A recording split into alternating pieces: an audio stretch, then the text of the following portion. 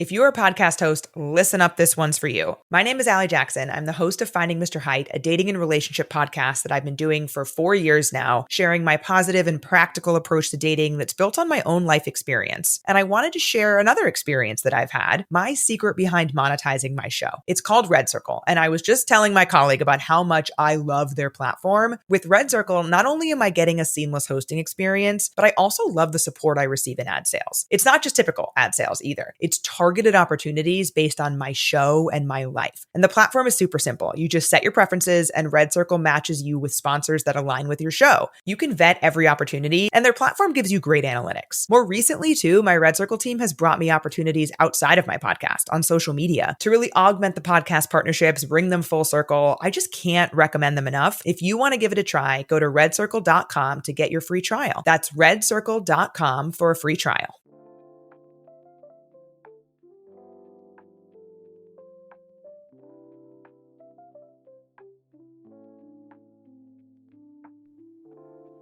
What's up, Team No T, and welcome back to Unwrapped. It's me, Tosh, and we are here once again at the intersection between pop culture and common sense. Thanks for joining me. All right, family. Did you vote for another war? No? Me neither. Did not vote for war. But as of this week, missiles are flying into Iranian nuclear sites because President Trump said so.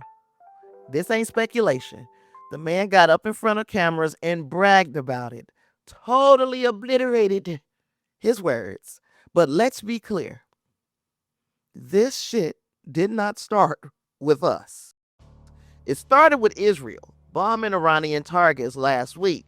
And just like clockwork, Iran shot back. You would think this would stay between those two countries, right?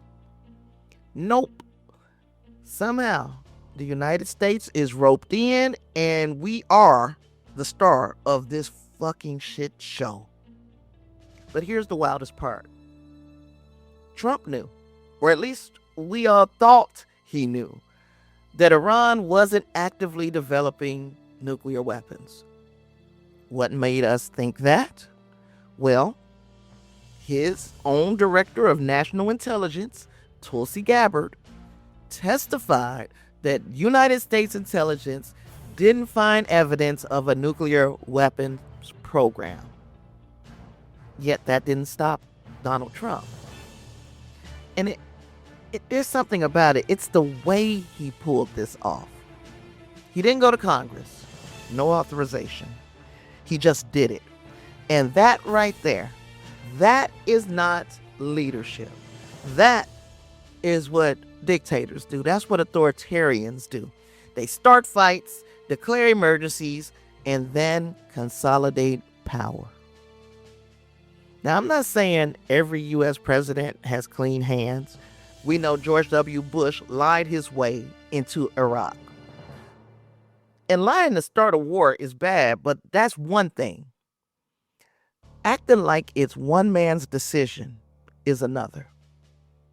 This is dictator behavior. And I'm going to break down why this move is so dangerous for the Middle East, for the world, and for this so-called democracy we're watching slip away. So let's get into it. So if we're going to talk about this thing, we got to back this thing up for a second. Because, of course, the war didn't start with Trump. It didn't start with the U.S. at all, in fact. This whole thing kicked off when Israel launched strikes on Iranian positions last week. Now, their justification was they claimed Iran was helping coordinate attacks on Israeli targets through Hezbollah and other groups. And that, of course, that Iran was developing nuclear weapons. Now, it ain't nothing new to have tensions boiling between Israel and Iran. This has been going on for literal years. Nothing new to see there. But usually when those two countries start throwing blows, it's their fight. But Israel's leadership, they've been pushing for the United States to get involved for a minute now. They have been petitioning for our help for a very long time. And they knew exactly how to do it. You hit Iran hard enough, Iran's going to respond. And sure enough, Iran launched missiles at Israeli territory. Now, it wasn't no nukes or chemical weapons. It was a conventional response to being attacked. And then here comes Trump under Bibi's spell, ready to play global sheriff without asking Congress, without building an international coalition of any kind, without any proof from our intelligence that Iran was developing nuclear weapons. And let's be real, Israel knew this. In fact, they counted on it. Because when the United States shows up, the scale of the fight changes. But ask yourself this. If this was really about Iran's nuclear program, why now? Why, after our own Director of National Intelligence said under oath that there's no active weapons program? Why? Well, it's simple. Because in authoritarian politics, war is power. And nothing boosts a struggling presidency or locks down opposition like fear. And Trump, he's been laying that groundwork for years. Now suddenly, just like magic, he's a wartime president. Not because Iran attacked us, not because of any imminent threat to us in the homeland, but because Trump needed another distraction. And Netanyahu's government in Israel was more than happy to help him create one.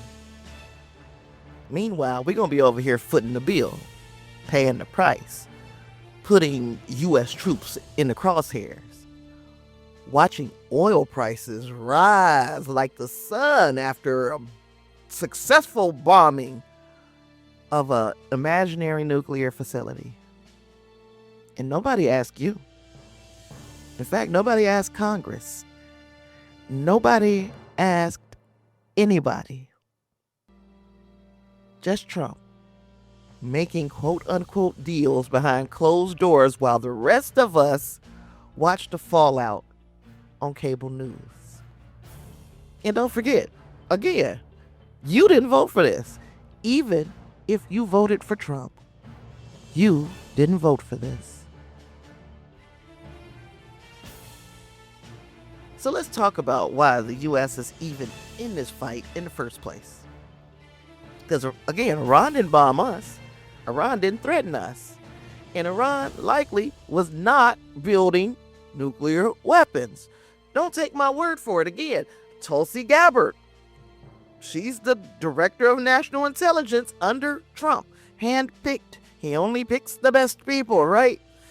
She sat her behind in that seat under oath just earlier this year during his administration and said point blank, U.S. intelligence has not found active evidence of an Iranian nuclear weapons program. Period. End of sentence. And here's where it gets even shadier. Trump wasn't operating on American intelligence. Who was whispering in his ear? Benjamin Netanyahu, his good friend Bibi. Now, Bibi is facing his own political scandals, corruption charges, and mounting protests at home and around the world over the literal decimation of Gaza. Bibi needed a distraction too. And what better distraction than a nice little regional war with the help of his old buddy, Donald Trump. Reports say that Netanyahu convinced Trump that Israeli intelligence had confirmed Iran was secretly restarting their nuclear weapons program.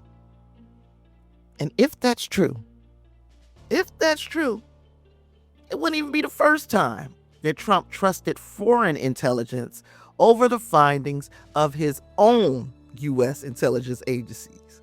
Remember when he stood on that stage in Helsinki? He stood there and he sided with Putin over his own intelligence community about Russian election interference. Yeah, that's Trump. That's y'all guy. It's a pattern. Foreign leaders stroke his ego, play him like a fiddle, and he falls right in line. He thinks its strength really makes him look extremely, extremely weak. And now, because of that cozy relationship with BB, we're bombing Iran, risking American lives. We are destabilizing that region even further, and we are continuously breaking international law. All based on intelligence that even our own experts didn't believe. This is not national security. This is the personal politics of a weak man dressed up in military uniforms like toy soldiers. And the cost of that? Well, we're all about to find out.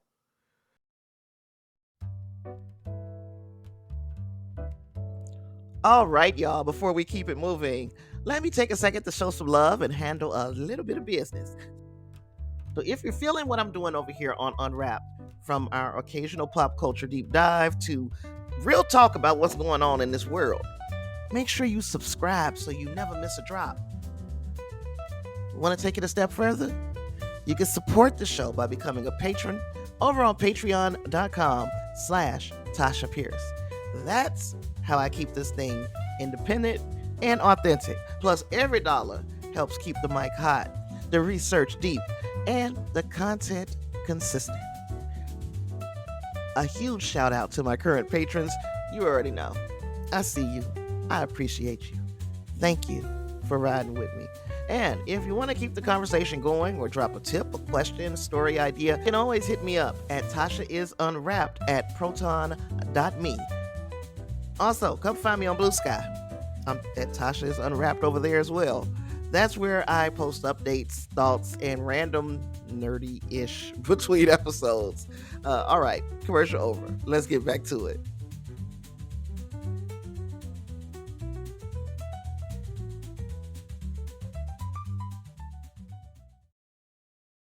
This episode is supported by my bookshop storefront. It's called A Word to the Wise. And look, I've got whole reading lists on resistance history, on education, all that. Books they don't want in your schools. Books they don't want on your shelves.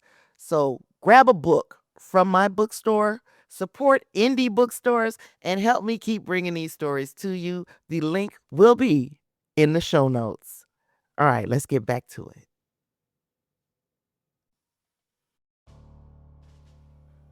Now, let's get into the real problem, the biggest problem with how all of this went down. You see, war, real war, is not supposed to be decided by one man, not in a democracy. The Constitution is crystal clear. Congress has the power to declare war. Period. But Trump, he didn't ask. He didn't hold a debate. He didn't go to the people's representatives to get approval for what amounts to an act of war. 5 months into his administration, he did what authoritarians do. He acted like Congress didn't exist. And we could talk about entering stupid wars, but one thing about George W. Bush, George W. at least went to Congress to get the green light for Iraq. Even though we found out later that the whole thing was based on lies about weapons of mass destruction, he went to Congress to get the green light. What Trump is doing, this is worse. This is not just deception, but this is dictatorship behavior. Why? He didn't go through the process. He bypassed Congress. He didn't build any international support. He unilaterally made this decision pretty much on his own because his cabinet is a bunch of feckless sycophants. And he's counting on us, the American people, just being so tired, being too distracted or too afraid to stop him. And why do dictators love war? Because war lets you break the rules. Wartime presidents declare emergencies. Wartime presidents suspend rights. Wartime presidents silence dissent. And Trump has been laying the groundwork for this play from day one. Authoritarian leaders all over the world have used war to consolidate power. Putin, Erdogan in Turkey, of course Netanyahu in Gaza. Different dick, same handbook.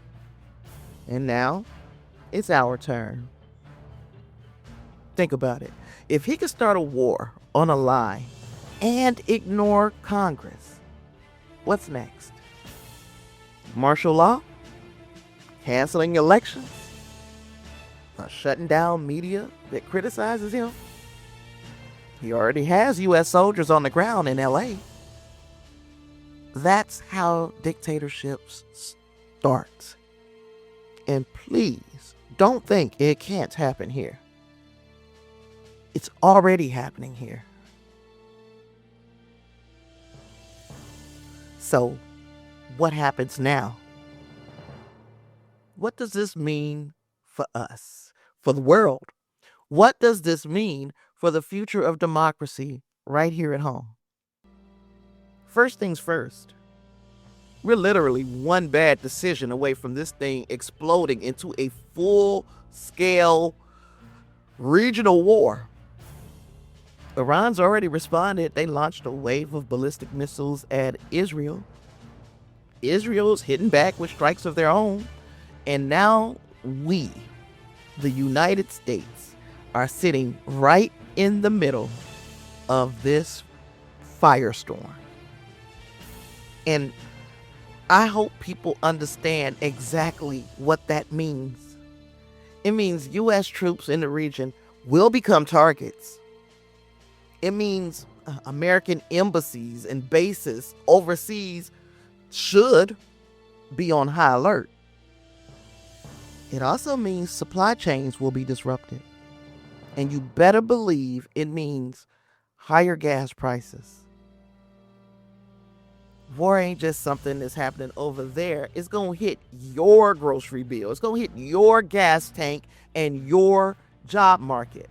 And the worst part is, the more this spirals, the easier it becomes for Trump to say, we can't have an election right now. It's not safe. We can't have protests. We're at war.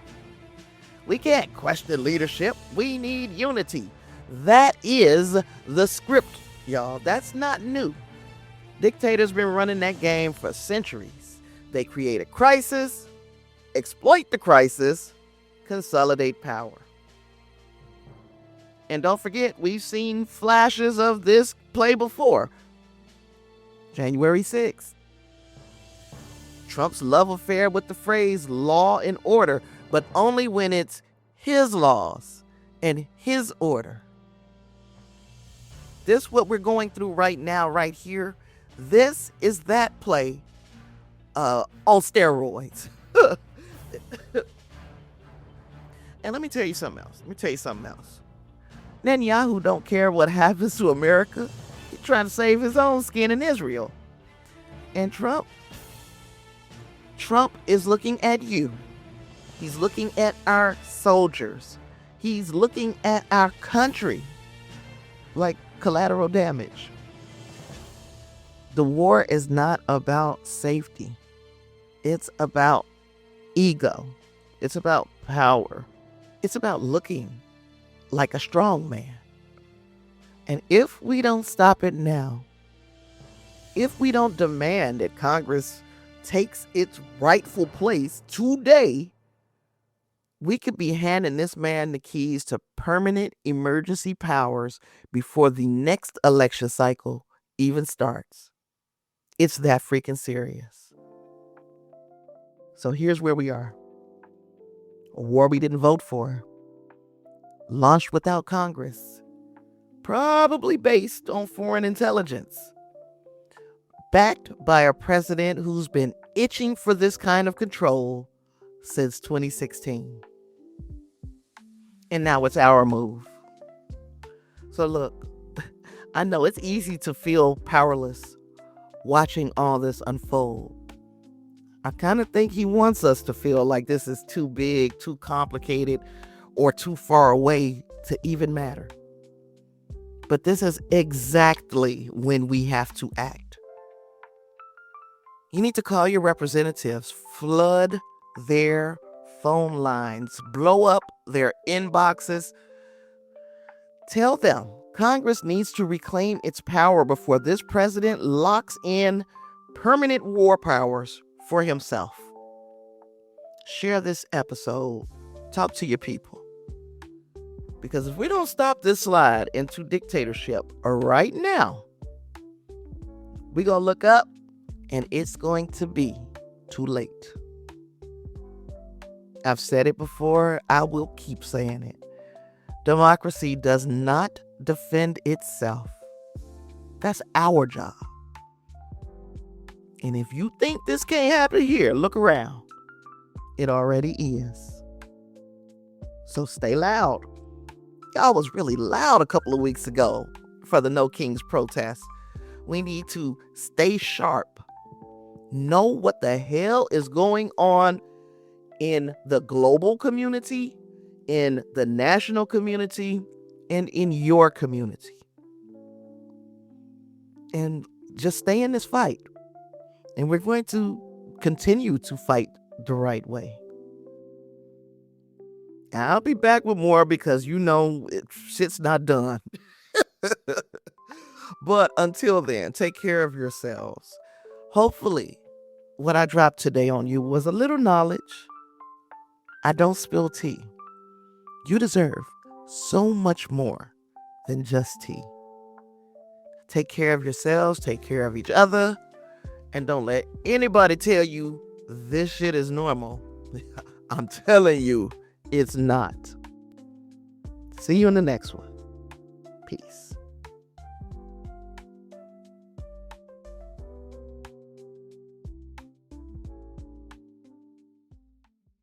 If you're a podcast host, listen up, this one's for you. My name is Allie Jackson. I'm the host of Finding Mr. Height, a dating and relationship podcast that I've been doing for 4 years now, sharing my positive and practical approach to dating that's built on my own life experience. And I wanted to share another experience that I've had, my secret behind monetizing my show. It's called Red Circle, and I was just telling my colleague about how much I love their platform. With Red Circle, not only am I getting a seamless hosting experience, but I also love the support I receive in ad sales. It's not just typical ad sales either. It's targeted opportunities based on my show and my life. And the platform is super simple. You just set your preferences and Red Circle matches you with sponsors that align with your show. You can vet every opportunity and their platform gives you great analytics. More recently too, my Red Circle team has brought me opportunities outside of my podcast on social media to really augment the podcast partnerships, bring them full circle. I just can't recommend them enough. If you want to give it a try, go to redcircle.com to get your free trial. That's redcircle.com for a free trial.